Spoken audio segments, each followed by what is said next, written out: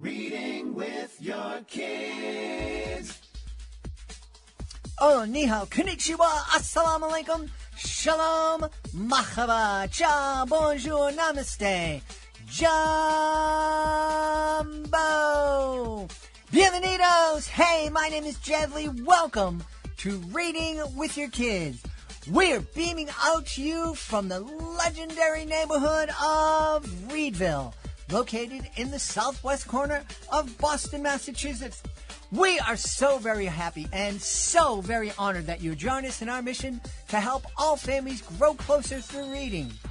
We do that by sharing fun, thoughtful, and thought-provoking conversations with fascinating people who just happen to be writing books for kids of all ages.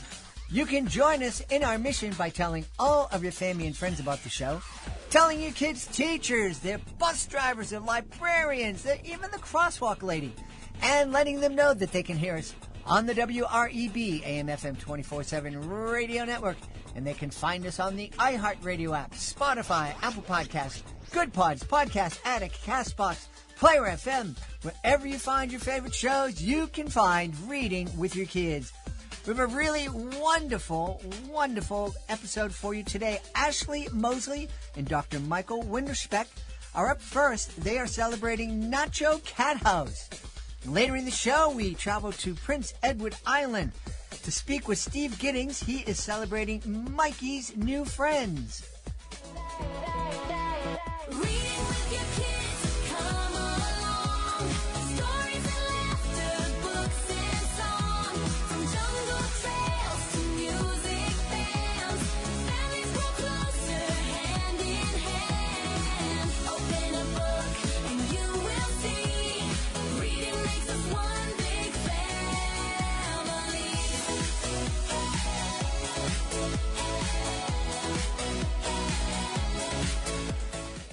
Hey, my friends, I have a super idea you are going to love. How about this weekend, turn your backyard cookout into a storybook celebration. Fire up the grill, crack open a few of your favorite picture books, and serve up Big Fork Brand's legendary bacon sausage. Made with nitrate-free bacon and premium pork, it's juicy, smoky, and unforgettable. Top it off with Big Fork's spicy Chicago fire sauce, and you've got a meal as bold as the characters in your favorite bedtime tale. Get 20% off your order using the promo code READ at bigforkbrands.com. That's bigforkbrands.com. Promo code READ to get 20% off, because nothing brings families together like great food, great books, and a whole lot of flavor. Big Fork Brands. Read, grill, repeat. Are you looking for a creative way to bond with your kids? Let me tell you all about Drawing with Your Kids, the ultimate destination for artistic adventures. Join us as we dive into the wonderful world of children's books with renowned illustrators guiding you step by step. From beloved characters to whimsical scenes, unleash your imagination and create cherished memories together. Whether you're a seasoned artist or just picking up a pencil, there's something for everyone at Drawing with Your Kids. Please visit our website, readingwithyourkids.com, and click on the Drawing with Your Kids link at the top of the page and let the creativity flow. Drawing with Your Kids, where every stroke brings stories to life. I am very, very excited. We are going to explore some STEM picture books right now with our two guests. First, joining us from North Carolina, she is the author of Nacho House Cat and Why the Tapir Crossed the Street, Ashley Moseley. Ashley, how are you? I'm doing well. How are you? I'm wonderful. Boy, that southern accent just amplified itself about 100 times since our pre-recording conversation. Joining her, making sure that she's not making any kind of mistakes in her book, is Dr. Michael Windelspecht. Did I get it right, Dr. You Michael? did. Very good. Thank you. All right, cool. So, Ashley, why don't we start with you? You are the inventive, imaginative mind between this team. Tell us all about, let's start with Nacho House Cat. I love that title. Well, thank you. Thank you. So Nacho House Cat, well, to back up a little bit, I do a lot of work with with Michael's company, Inspired Adventures, and we do a lot of conservation work, especially in Belize. So, and jaguars are his favorite. So I came to him one day and I was like, Michael, I think we could reach children and teach them more about jaguars and conservation if we write a book. And I said, I have the title. I think we should call it Nacho House Cat. At first, he hated it. Yeah. Like, actually, that's terrible. I did. But the more we kind of sat on it and developed the story, the more he grew to love it. I loved it from the beginning because I think it perfectly sums up the book. Jaguars are cats, but they are Nacho House Cat. So That's great. And so, this isn't, I'm guessing that this isn't your typical storybook where the jaguar, it sits down to dinner with all sorts of animals out in the wild. It's more of a fact-based book. it is. So the first picture, you open the book and it has a jaguar coming to the door of a home, and there's a little girl at the door, and you can see that her house is full of cats, like cats that we would have as pets. And the jaguar's just kind of sitting at the door, and as you go through the book, it goes back and forth, and it draws, it shows the comparisons for cats, like how jaguars are similar to your normal house cat and how they are different. Okay. All right. What's, Michael, since you're the expert, what's the main, other than the fact that the jaguar is big enough to eat you, what's the biggest difference between a house cat and a jaguar? Well, really, jaguars are very solitary animals, right? And they have different dietary needs. They love water, for example. They don't purr, they roar, and make big sounds. And so the idea is that they're, to show people that while we think of them as being cats, they really shouldn't be captured or brought into a pet trade for them, because they eventually grow to be very, very large and very big animals that you can work with. You can see when you're actually in Belize visiting them. So it's pretty interesting to make that comparison and make sure that we have the science of it correct. Yeah. Yeah. How deep do we go, Ashley, with the science? This is a picture book, so it's a book that that was written to be read by parents or by an adult to kids, so they can handle some big words. And if they don't understand the words themselves, the parents are there, or the parents or caregivers are there to help the kids understand the words. But how deep in the science do we go in this book? So I'm glad you asked that. So, for example, a big thing with jaguars are their rosettes or their spot patterns. And we kept this really simple. We kept this very pre-K. Wanted them to learn how cool the spots are. So, like, for example, we didn't even mention the word rosettes, but we did talk about are very unique. They're actually like our fingerprints. Oh, that's fascinating. So every jaguar you see, the rosettes, the patterns of spots are different. Yes. Mm-hmm. And we use the book, when we go into the classrooms with the book, we actually have the students learn how to draw the little rosette patterns and look at, no matter what age they are, they can learn a little bit about the spot patterns on jaguars. And so they learn that from the book, from the story, and then we do a little exercise with them and have them draw them out, just so they know that jaguars have unique spots. Oh, neat. Yeah.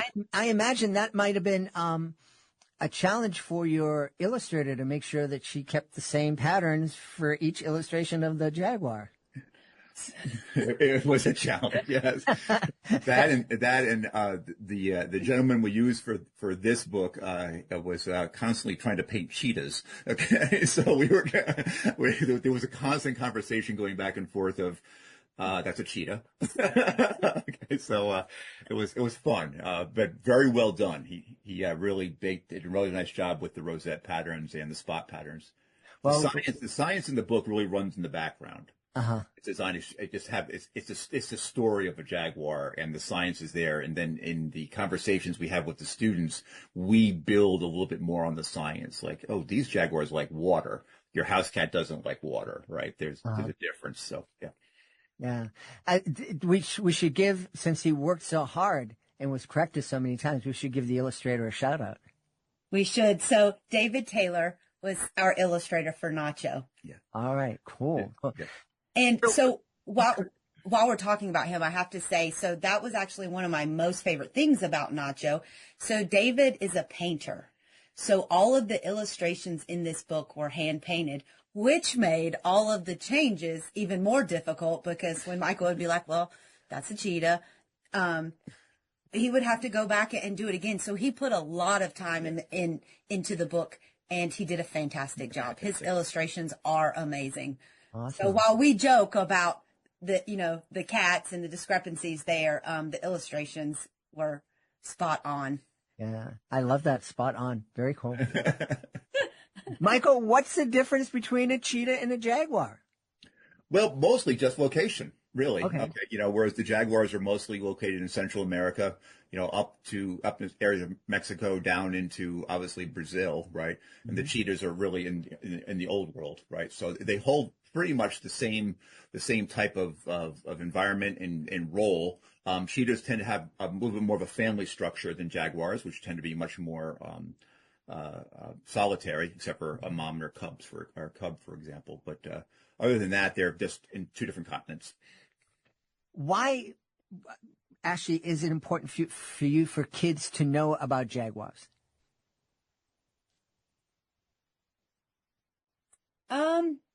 Well, it's important to me in several different ways. I'm big into animal conservation, and as you'll see, in Why the Tapir Crossed the Street, and we have another book coming out in September. They're all about animal conservation. Michael is very passionate about jaguars, and we do a lot of work with them. So that's why we picked that animal to lead this series of books. And then, like with kids, I just love working with kids. So writing for kids is definitely where my passion is. I also, I'm a dance teacher. I work with kids all the time. So just being around kids and providing content for kids is my biggest passion. I imagine, Ashley, you might have some fun choreographing a jaguar dance. Hey, that's a great idea. I'm amazed you haven't thought of it already. And we're just starting a new dance season, so it could come to life this season. I'll keep you posted on that. All right. Well, I appreciate that. My beautiful wife fibbed a little bit many years ago when my daughter was 2.5. She was driving by a dance studio, and it was open house day, and my daughter started walking at 8 months, and she started running and jumping at 8 months and 1 day. So, we needed to do something. So she went to the open house and she said, oh yeah, my daughter, she started to say 2.5. And the dance instructor said, oh, well, you have to be 4 before we can have. And she goes, oh, but my other daughter is 4. And we only have one daughter. And so she went down and she did great. And she danced, from 2, she is 29 right now, and she is still dancing. I love that. Yeah. I love it. Yeah. So let's jump into Why Did the Tapir Cross the Street? I'm glad you guys told me how to pronounce that. Well, so that book, in all honesty, this is one of my most favorites. I love every aspect of this book, from the tapir conservation and the science behind the tapirs to the illustrations. But the tapir was the next book that we chose because it is the national animal of Belize. Ah, do you have an illustrator? Because I have no idea what a tapir is. Can you see this? I can, yes. I actually think I saw one of those. Are they throughout Central America? Yes, they are. Here's an actual picture. So all of the books in our series, we do a live picture or an actual shot on the back cover. So there's what he actually looks like. But isn't the front cover just so fun? It's adorable. It looks like the tapir has a little Band-Aid on its bottom. He's got bumper stickers. So, Ashley, tell me about this story. Why did the tapir cross the street? Well, if you want to know that, you're going to have to read it. Okay. But so actually, I'm going to let Michael tell you about why we picked this, and why streets and tapirs really have a lot going on in Belize. So, as Ashley was mentioning, it's a national animal of Belize, and there's a certain passion for it, obviously in the country. But they're having problems as their road systems are expanding. That tapirs can't see at night, right? So they're having problems with them being hit by cars, unfortunately. Okay. But what they've done is they've erected these really unique little signs that say tapir crossing on them, and they're all over the country. And one of the things that people love to do when we bring students down there is they always like to get pictures in front of these signs. And we thought the kids. Also, this is a very unique looking animal. It looks like it's an elephant. It's not. Okay. Some people think it's an anteater. It's not one of those either. And so kids really enjoy tapirs when they see them. They're so curious.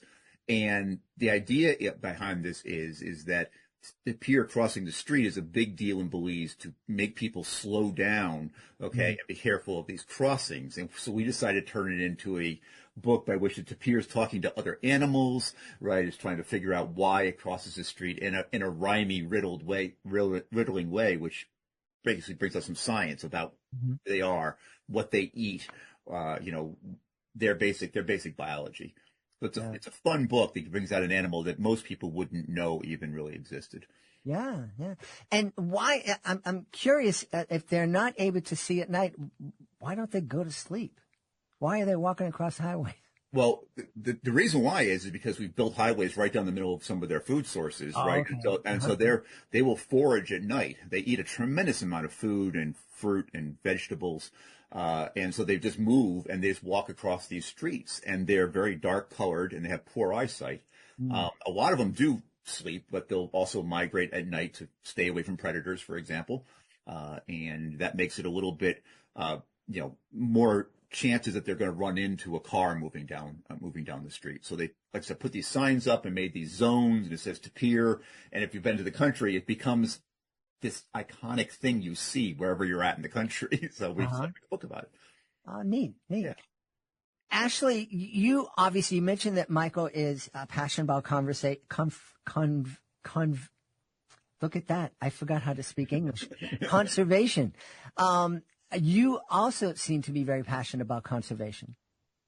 Yes. What lit that fire in you? Well, honestly, it's really funny. So, I wouldn't say until I started doing, so my real job is I do marketing for Inspired Adventures, which is Michael's, conservation company. And, I've just learned so much. Like I was never a science person until I started working with the pictures of these animals and hearing about the trips. Like, so Michael runs all kinds of trips to Belize. He works with college students. He takes groups of students down there, and they do, like science field work.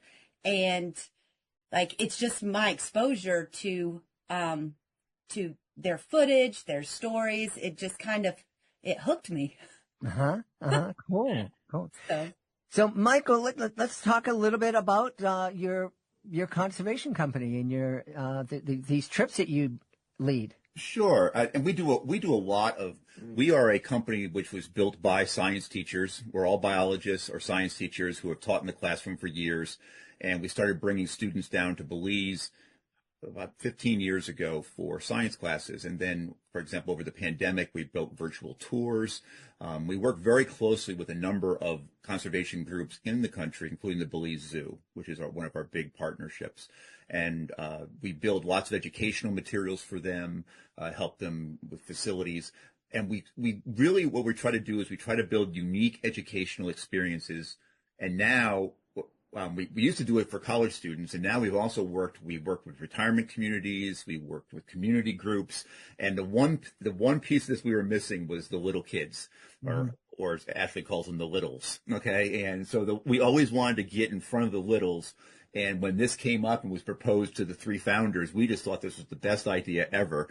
So our company really tries to build unique educational experiences from age 4 to 84. So if you come to us and say, we want to do something different in a retirement community, we'll have you drawing rosette patterns and looking at pictures of jaguars and doing science exploration, or we run summer camps for farming, teaching kids about farming. So anything which makes kids interested in science, but provides them with real world science about what's, teaching them science through the lens of real world problems, conservation, for example, trail cameras, activities, bees. We work with bees. So we do lots of programs like that. Yeah. And where did your passion for this work come from? To be honest with you, I'm like Ashley. I kind of came to this world a little bit differently. When I was a young child, I wanted to be a large animal veterinarian, and I wanted to work with the big cats. And the ironic thing is, we come 50 plus years later on, right? And I'm actually working with them, right? Because I have a chance to do it. My passion for them really became I went on a trip to Belize with one of the other co-founders, a man by the name of Dave Cox. And immediately I fell into the unbelievable ability to learn. There's so much happening in the jungle that we formed a company, brought the third partner on, Eric Weber, and basically just really fell in love with the jaguars. That was my thing. We would go to the Belize Zoo, and I would just almost run back to go see the jaguars right away as part of their human jaguar conflict program they have there. And just became more and more and more interested in it. And then the company kind of shifted into the building of these educational resources, and just never really looked back. Wow. I tell you, the big cats are absolutely gorgeous. I did something really dumb many years ago, and I'm happy I'm alive to tell the story. When I was a very, very young kid, I was at the zoo here in Boston Franklin Park Zoo, and I was with a group of Cub Scouts, and the person doing the presentation said, "Who would like to play with the lion?" And I said, "Well, me." And they brought me in a room, and all my friends are looking through the window at me, and next thing I know, another door opened up, and this cute little lion cub came out and bounced and played all over me, and it was great. I loved it. It was a lot of fun. I remember it to this day. I'm almost 100 now. But fast forward 20-something years, and I was auditioning for Ringling Brothers Barnum and Bailey Clown College. And it was at the Boston Garden, and it was, before the show. And as I was leaving, but the old Boston Garden, there wasn't many separate rooms and whatnot, and you could really kind of walk around backstage. And I saw where the tigers were, and they were in their little cages, and it was like a train, and so there was a train on the right and a train on the left, and I just went down the center of these two lines of tiger cages, and they were all sleeping, and I'm looking, I'm like, oh, this is awesome. And I go, I wonder what would happen if I scratched an ear, and I did, and I woke them up. And that was not good. Do not scratch the tiger's ears. I bet. No. See, there should have been a sign. Well, I don't think they thought anybody'd be dumb enough to do it. But I did. I lived to survive it, and the tigers were really mad, and the tiger keeper was even more angry at me. I get chased out of the very quickly. We should tell everybody first where we can go, Ashley, to find out more about Nacho House Cat and why did the tapir cross the street. Yeah, so you can, I'm on social media. You can follow me on Facebook or Instagram, Ashley P. Moseley, and then ashleymoseley.com. Okay. It's my website, and you can also go to Inspire Adventures and get a lot of your science content. And then your book-related stuff, you can find at ashleymoseley.com. Yeah. And Michael, is there, can somebody go to your website and say, hey, I want to go on a trip to Belize and check out that? Absolutely. We don't just run Belize tours. We do lots of local things. We also build toolkits for teachers to bring jaguars in the classroom, which are focused on these books. So if you just go to our website or our YouTube channel, there's all sorts of free educational material up there that you can learn all sorts of things about jaguars, tapirs, scarlet macaws, whatever, these animals of the jungle. And if they are interested, they can contact us. We're not really as much of a travel company. We usually bring groups. But we can talk to you about how they can do that or provide information. Sometimes we have people who just contact us and say, tell me a little bit more about the Belize Zoo. And we'll say, well, this is what you want to do, and these are some of the tours you want to take. And, and you make sure you see the jaguars and the tapirs there. So we have a lot of information up on our site, all which is free, easy to, and designed definitely for people who are not scientists, which is what we do. Which is me. Well, Ashley and Michael, this has been a wonderful conversation. We want everybody to check out Nacho House Cat and why did the tapir cross the street. Hey, Ashley and Michael, thanks so much for being on Reading with Your Kids. Thanks Thank for you. having us. Really appreciate it. Hey, my friends, one of my favorite parts of the day is story time.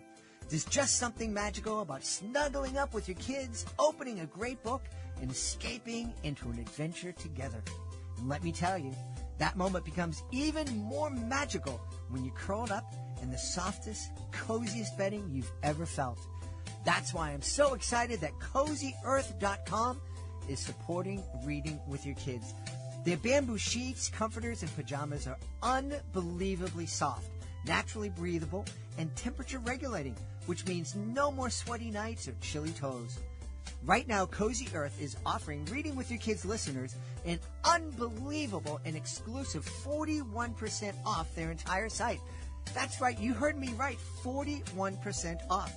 So go ahead, create your own cozy reading nook, wrap yourself and your kids up in something comfy, grab your favorite bedtime book, and turn story time into the best part of your day.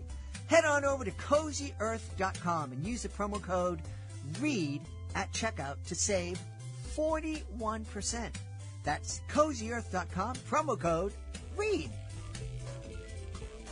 Before we invite our guest into the studio, I would love to invite you to visit a very special website. It's clownswithoutborders.org. Clownswithoutborders.org.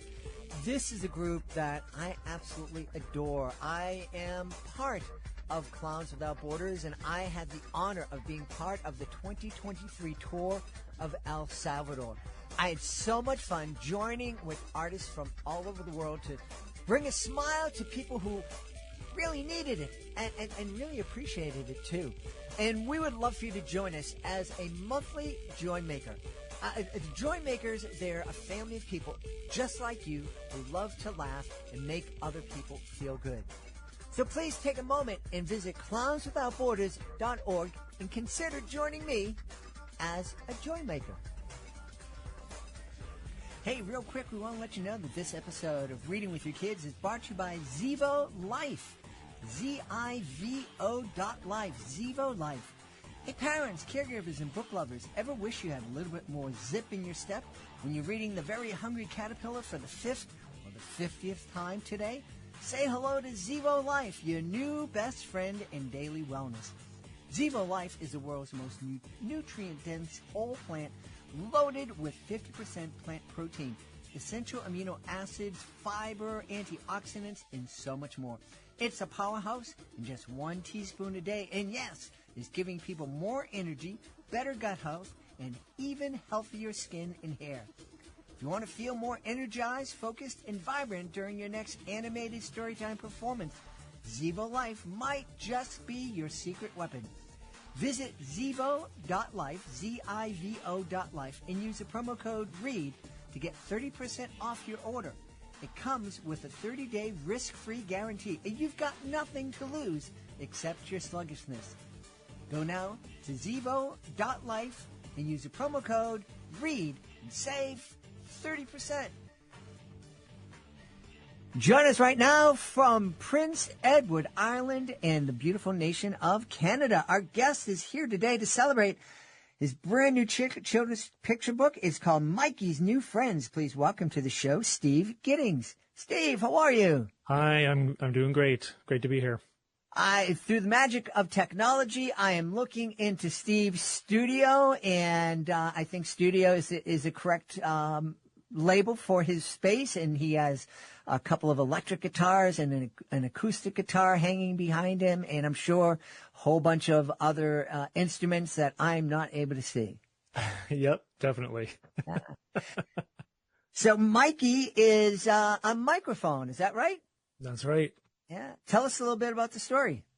So I guess I should probably go back a couple of years. I started with Mikey's Place, which was the first book in this series, I guess now. It's a series. And so the microphone in the first book, called Mikey, he's sad because he doesn't know where he belongs in the world, and he stumbles along a guitar friend who decides he'll be perfect for his band. So he tries a few different things along the way, though, and eventually settles on this rock band.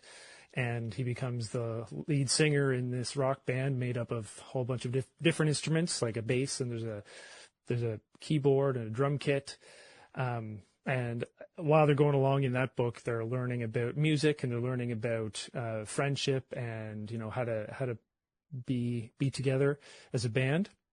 And then along comes this second book, Mikey's New Friends. His band is going great, but he meets 3 new horn players, a trumpet, a trombone, and a saxophone, and he's not sure what to think about them. So the whole book kind of revolves around, Mikey kind of feeling jealous about these new friends that are in his band, and has to try and work together with them. And anyway, at the end, he ends up, being okay to take risks, and he ends up liking them being in the band, and they start an octet instead of a smaller band. So yeah, cool. Being in a band is so much fun. I had the pleasure of being in a couple of bands in high school, in college, and it's not the exact same experience as being part of a sports team or a performance team, but it is that experience of being part of something bigger than yourself, where every member has a job to do, and you're creating something together. And that's, I think, pretty special for anyone, but I think it's especially a great experience for young people to learn exactly how to get along. Yeah, so and I find with these 2 books, the themes are basically, everyone has their place in the world, and everyone kind of has their own job. They just may not find it right away. It may take a little bit of time. They may have to find the right people, and I think it's a strong message for kids trying to navigate the world, even into their teenage years. Yeah. Music has been a huge part of your life. You're a music educator working with young kids, and I'm assuming have been in a few bands yourself. Yes. Where did your love and passion for music come from?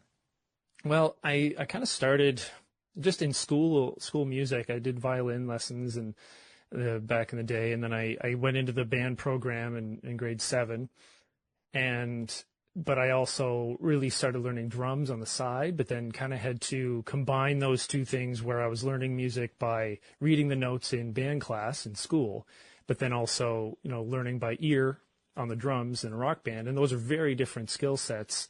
And I love doing both. I love playing in traditional wind bands, but I also love playing in rock bands, but for different reasons, and they fulfill different parts of my creativity, Mm-hmm. But what I noticed teaching music and kind of learning about how to teach music is that there are kids who, don't necessarily really enjoy the school band experience, but they may join a rock band after school, or they may get their friends together and start a band that has nothing to do with the school. And so I started doing rock bands in school settings, along with, the traditional ensembles that you would see in a school. And I found there were different kids that you kind of talked with. There was different kids that would join the rock band than that would be in the traditional band, like, or a choir or something like that. Mm-hmm. So this whole idea of Mikey finding his place, yeah, sure. Like, he tried, in the first book, he tries opera, he tries singing band. He doesn't like either of them. He's just not his place, right? But he gets his place in this rock band and ends up really enjoying it and finding his people. So that's kind of what inspired it, because I started my musical career in school, really. Did lessons on the side, and then kind of it bloomed from there. But then basically the inspiration for these books just kind of came from, teaching. Super. Yeah. I've shared here on the podcast the leader of the teacher of our school orchestra back in elementary school was Anne Fleck, who was also a percussionist with the Boston Symphony Orchestra. Okay. And she was wonderful. I had a very difficult time playing the notes on the music, on the sheet music. I just felt it restraining. And there was a song that we played that was kind of a rock song called Windy, Who's Walking Down the Streets of the City. Right. And she just let me go for that. And I loved it. And I remember there was a time where all the different schools in our town came together to form a citywide band. And I was made fun of because I didn't do the sheet music stuff. But then when it came time for Wendy, she got up and she specifically threw all the other percussionists out, and she said, "Jed, you're doing this," and had someone hold a cymbal for me and just rocked out. And I horrified the other members of the band that I wasn't paying attention to the sheet music, but it sounded pretty cool to me. And and that's it. It's a different way of making music, right? And they're both legitimate, right? Because we often, there's this old this old saying I've heard, like trained musicians say. It's like, well, if you're learning by ear, you're cheating. It's like, but if you think about it, isn't like reading the notes more like cheating? Yeah, to me. So it's like both are legitimate, both have their place. In an orchestra, we typically don't play by ear, but the thing is, a lot of orchestral musicians who are highly trained in a specific type of music have a hard time playing by ear, right? Mm-hmm. But then a person in a rock band may not be able to read traditional notes, but they have their own form of notation that they understand and can play by ear really well. So it just all depends on where your place is, right? Yeah. Yes. Music is such a powerful force in our lives and in the lives of so many other folks. I'm super happy that you've created this series to hopefully inspire kids to explore music. Yeah, and that's part of the series. It kind of teaches you about the function of each instrument in the band, and there's a little bit of music theory in there, but also in a fun rhyming, story. So it helps kids who are really into music or maybe want to do music, gets them into it, but also teaches them life lessons at the same time. So, one of the things that I love about social media, there's a lot of things that I don't love about social media, but one of the things I do love is that it gives me an opportunity to discover new bands and new combinations. There's a couple of people that I follow. There's a bagpiper that I just saw her play Freebird on bagpipes. Okay. And, and it was a lot cooler than, when you hear Freebird on bagpipes, it's like, nah, that can't work. But it worked. She was pretty cool. And then there are a lot of instruments from different countries that are coming playing more Western rock music. Yes.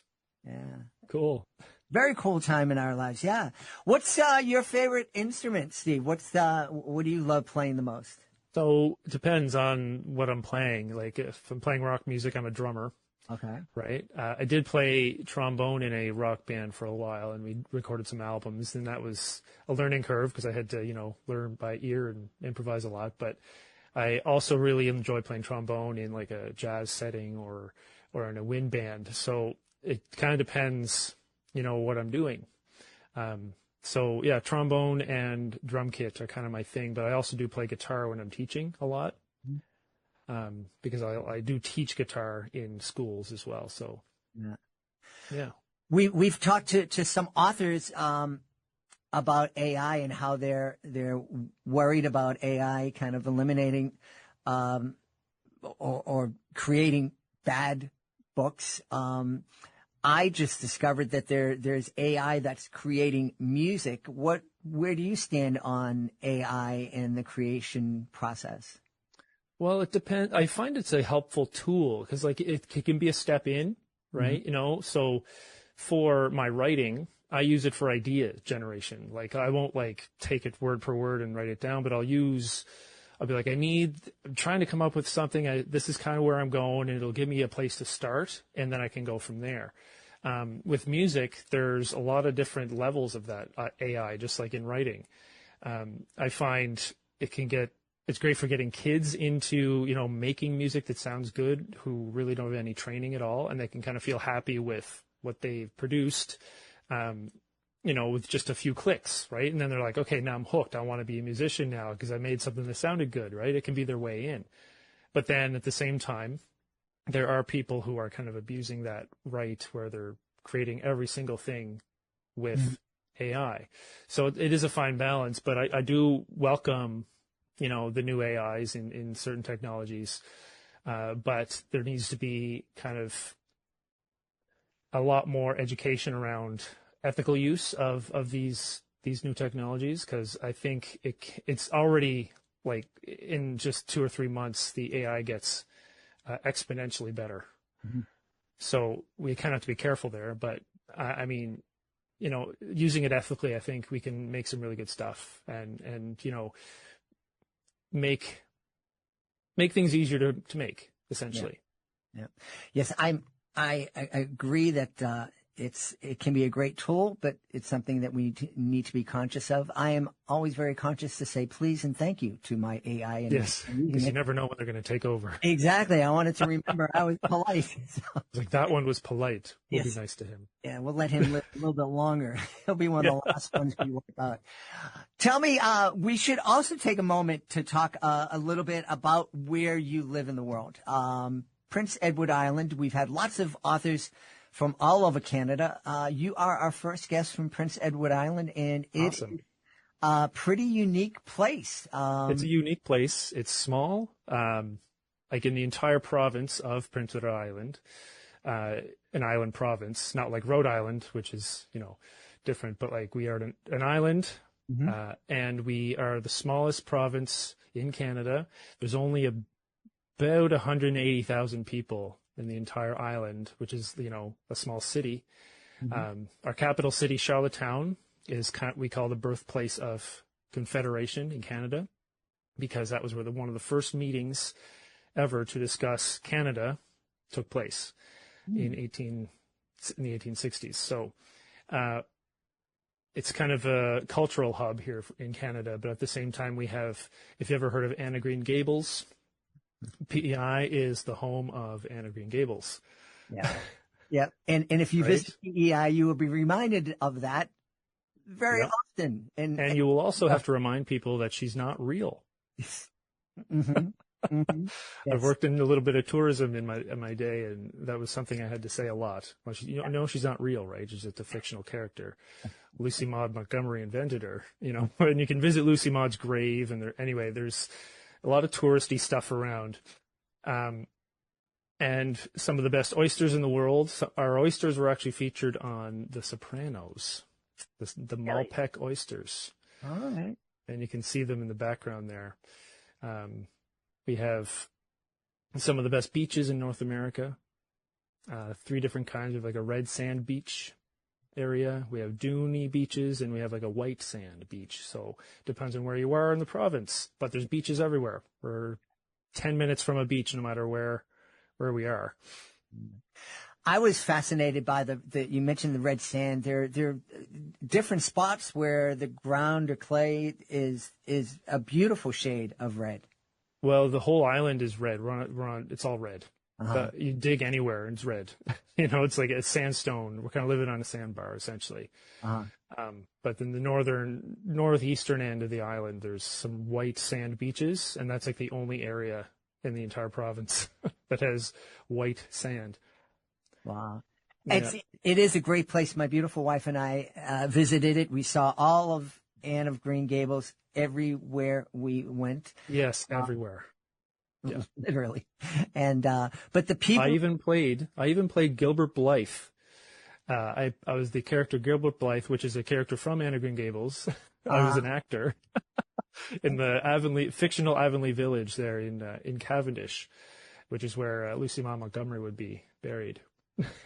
and they have the house where, 'cause that was the thing that was confusing to me, was they said, I always thought she was a fictional character, but then they said, oh, you can go to the Anne of Green Gables house. And I'm like, Yep. wait a minute. I didn't think she was. They built that for the tourists. That's why people get so confused. Okay. Yeah. Yeah. But it really is a wonderful place to visit if you're up in the Maritimes, Nova Scotia, New Brunswick, Prince Edward Island. You should make a trip across the causeway to Prince Edward Island. Yeah. The longest, there's the bridge called the Confederation Bridge. It's the longest bridge over ice-covered water in the world. And it's pretty long. Yeah, it's a very long, 12.9 kilometers, which for you, I guess, would be, I don't know what that is. It's 8 miles? about 8 miles, yeah. Yeah, okay. But that's the thing, that bridge and the Chesapeake Bay Bridge down in Virginia, it's just so weird being on a bridge that far away from land. Yeah, it is. Yeah. So Mikey's New Friends is the second book in the series. Are we going to continue on? Do we look forward to book 3, book 4, book 5? Well, yeah, I hope so. I at the same time, I also released a coloring book to go along with the series that has a lot of my drawings. Like I illustrated and wrote the books as well, so a lot of my drawings are put into coloring book format, and there's some activities in there too. So there's 3 books technically. 2 of them are storybooks and one's like a coloring book. Hoping to have a 3rd, 4th, maybe 5th. But we'll see. It's a lot of, nose to the grindstone kind of thing. And, when I teach full time, it's hard to get those out. But, I enjoy doing it. So I'd love to keep going with it if I can. Wonderful. And you also released some how to be a rock star band. Yeah. Yeah. I kind of started this whole writing thing with nonfiction books for music teachers specifically. And my first big work was a rock coach, which was essentially how to teach music teachers how to teach rock band, because it's so different from everything else you would see in school. Like I kind of mentioned a bit earlier. And then, I kind of went from there. I released a second book called, Creative Musicking, where you can kind of think about how to get kids creating their own music instead of us telling them what to play. They can tell us what to play, kind of a thing. And then the third one was picked up by Oxford University Press, and I was commissioned to write this book on creativity and technology within the music classroom. And then it kind of just went from there. And then I just had this idea. I'm like, what would it be like if I wrote a children's book? And what would it be about? And it was kind of this weird thing, because when I was like 11, 12, 13, all I wanted to do with the rest of my life was be a children's book illustrator. Wow. It was like a childhood dream of mine until, I got into music and teaching, and I kind of took a side seat. But so in a weird way, this is like a childhood dream come true, kind of. Oh, yeah. So I've been happy with it. The first book people really enjoyed, and so we'll kind of see where this one goes. There's also a digital version of Mikey's Place, the first one, where you can actually go in and, tap the sounds of the instruments and play your own stuff. And there's actually a game called Mikey's Beats, where you can actually make your own music with the characters. So yeah, it's like a whole immersive universe that I've designed here, and hoping it goes even farther. Good for you. Well, before we tell everybody where they can go to find out more about you, I'm curious, what do your students think about Mr. Giddings being a kid's author?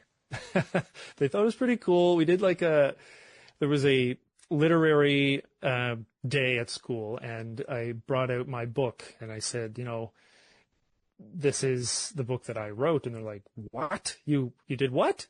And so I read it to all the kids from kindergarten all the way to grade 6. The kindergarten, it's kind of designed for kindergarten to grade 3-ish. So those kids were like really into it, and we did some coloring, and they loved it.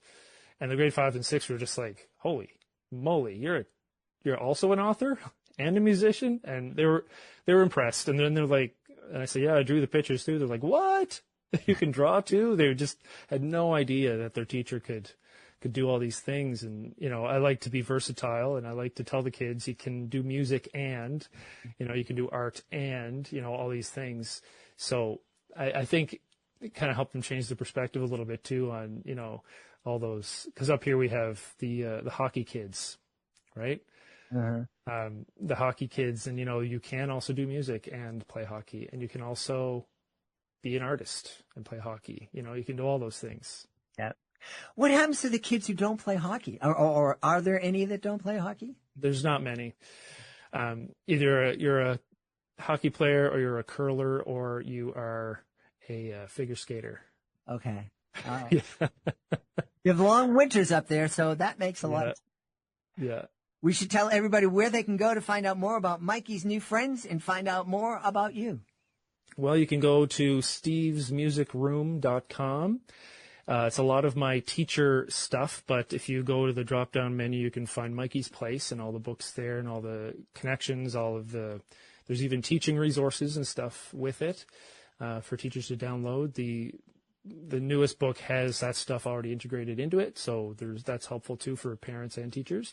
But basically, if you go to stevesmusicroom.com/Mikey's-place, you'll get all the Mikey stuff. Awesome. Yeah. We've had a great time speaking to the author and illustrator of Mikey's New Friends. Our guest has been Steve Giddings. Hey, Steve, thanks so much for being with us. Yeah, no problem. It's great to be here. We hope you've enjoyed this episode of Reading with Your Kids and would join us for the next exciting episode of the show. Hey, if this episode made you smile, if it made you think, please consider sharing it with a friend. And we'd also love for you to leave a 5-star review wherever you found this episode.